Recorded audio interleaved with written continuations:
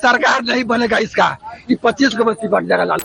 बिहार विधानसभा चुनाव में राजद का जो हश्र हुआ, आप लोग जानते ही हैं कि आरजेडी 25 पर सिमट गई।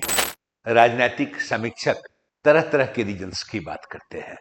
कोई कह रहा है कि कांग्रेस के साथ गठबंधन ही गलत था, चूंकि कांग्रेस का बिहार में जनाधार नहीं, और चुनाव प्रचार के दौरान कांग्रेस ने जो मुद्दे उठाए, वोट चोरी का मुद्दा, ईवीएम का मुद्दा, एसआईआर का मुद्दा, ये बिहार में प्रभावी नहीं हो सका। कोई कह रहा है कि वीआईपी पार्टी के मुकेश सहनी को डिप्टी सीएम का फेस घोषित करना भी नकारात्मक रहा। इसके कारण मुस्लिम वोटर्स छिटक गए।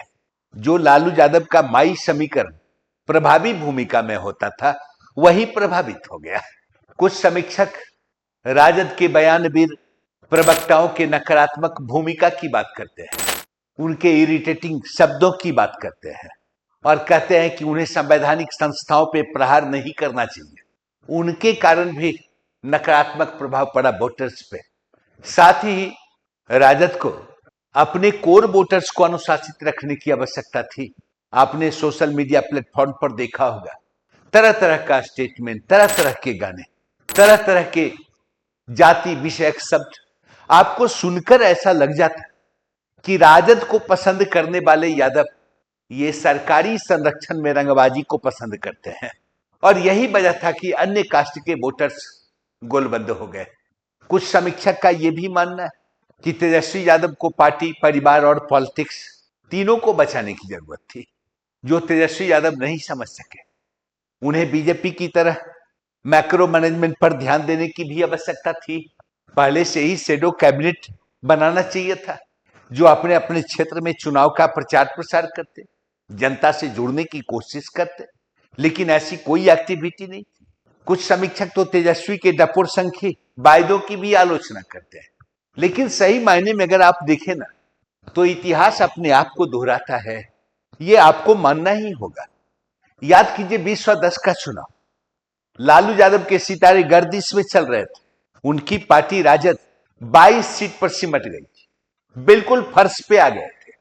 लेकिन 2015 का विधानसभा चुनाव, राजनीतिक संकट को ध्यान में रखते हुए नीतीश कुमार ने राजद के साथ तालमेल किया, महागठबंधन बनाया और चुनाव में महागठबंधन की जीत हुई। सरकार बनी नीतीश कुमार की, सीएम बने नीतीश कुमार और डिप्टी सीएम बने कौन? तेजस्वी यादव। यानी राजद पार्टी जो फर्श पे पड़ा था, अर्श पर आ गया। राजनीतिक एक्टिविटी तीव्र हो गई। लालू यादव और तेजस्वी राजनीतिक एक्टिविटी के केंद्र में आ गया, और तब उन्हें लगने लगा कि भाई जदयू की तुलना में अधिक सीट उनके अपने माई समीकरण के कारण है। उनका पॉलिटिकल पावर स्थापित हो चुका है, और जो उनका सामाजिक समीकरण, राजनीतिक समीकरण था, वो प्रभावी है। तो फिर सीएम नीतीश कुमार क्यों? तब तो सीएम राजद का होना चाहिए, तेजस्वी को सीएम बनना चाहिए। उनकी इसी महत्वाकांक्षा के कारण नीतीश कुमार ने राजद को छोड़ा, एनडीए से तालमेल स्थापित कर दिया, और फिर आवश्यकता अनुसार नीतीश कुमार ने कभी एनडीए के साथ तो कभी राजद के साथ तालमेल स्थापित किया। तेजस्वी यादव को 2 बार मौका मिला उप सीएम बनने का, लेकिन फिर ये 2025 बिहार विधानसभा चुनाव, राजद पुनः 25 पर सिमट गई।